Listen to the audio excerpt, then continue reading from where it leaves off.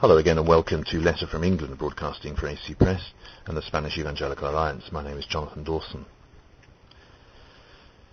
The Spanish Evangelical Alliance has given a cautious response to a draft version of the new law on religious freedom. In a press release responding to the leaking of the draft in the El País newspaper, the Alliance analyses the contents proposed which in the new law, which will probably be brought to Parliament by the end of the year. Jaume Llenas, General Secretary of the Alliance, explains that the draft contains some positive aspects, but also some that have not been clarified, such as conscientious objection, or others that are simply not included, such as the financing of religious confessions. He says the new law is very important because it concerns a fundamental right on which lie other rights. The Alliance's point of view is that fundamental rights must be regulated as little as possible so that they can be exercised in any situation. He says the function of government is that of guaranteeing that it is actually exercised, but if a law is made, it should limit the exercise of that right as little as possible. He thinks that one shouldn't start from the concept that religious things are dangerous. He says religion in itself is not dangerous, it's a good thing for people, and it should suffer minimal regulation. But since it is regulated, it should be done the right way and in favour of all Spaniards, both those who believe and those who don't.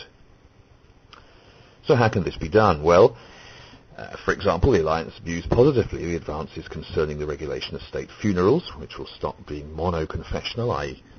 Merely Roman Catholic in their nature and in their ceremonial or ritual aspect, and also the suggested modifications concerning honours ceremonies in the armed forces, which again are to do with Catholic ritual at the moment. The Alliance also is pleased regarding the regulation of the public arena where religious symbols will not be allowed. Llenas says nothing should be monopolised by symbols that belong to one creed. Schools, for instance, must be neutral places, non-confessional, where faith should not be imposed on anybody else. It's perhaps a moot point whether religious symbols impose faith on others, but certainly there is an argument for state neutrality being visible as well as invisible. Nevertheless, the Alliance thinks that there are some elements in the new draft that need to continue to be perfected, such as the regulation of conscientious objection. He says it's not something which should be included in this law because it's a broader issue and not just a religious one. Therefore, he argues that the debate over conscientious objection shouldn't be limited just to aspects decided by the government. In other words, they shouldn't try and restrict that debate to a law on religious freedom. Another aspect, which of course is much in the news, is the prohibition of the burqa, or possible prohibition. And this is something which the Alliance is critical of.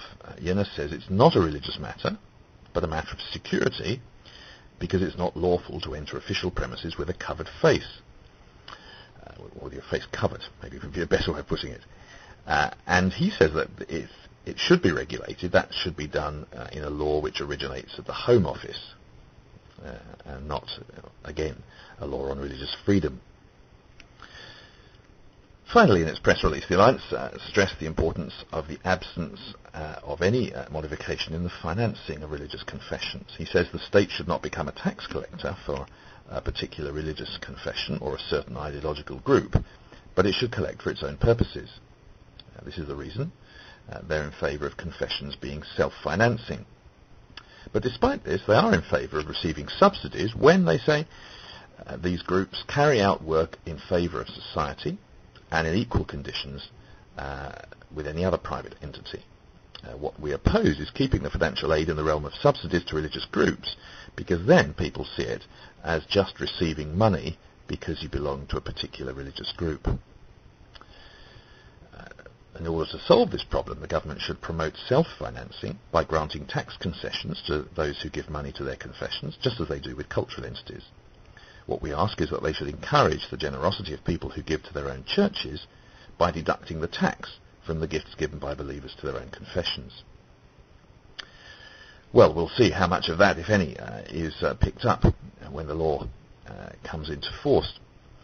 But Yenes concludes by asking the government one more time to take advantage of this new law to respond to the historical demand of evangelicals concerning pensions for pastors and ministers from Franco's time.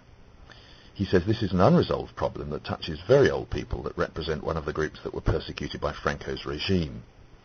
And he says they've not yet received just compensation. Thank you for listening to Letters from England, broadcasting for AC Press at emission.net. Goodbye.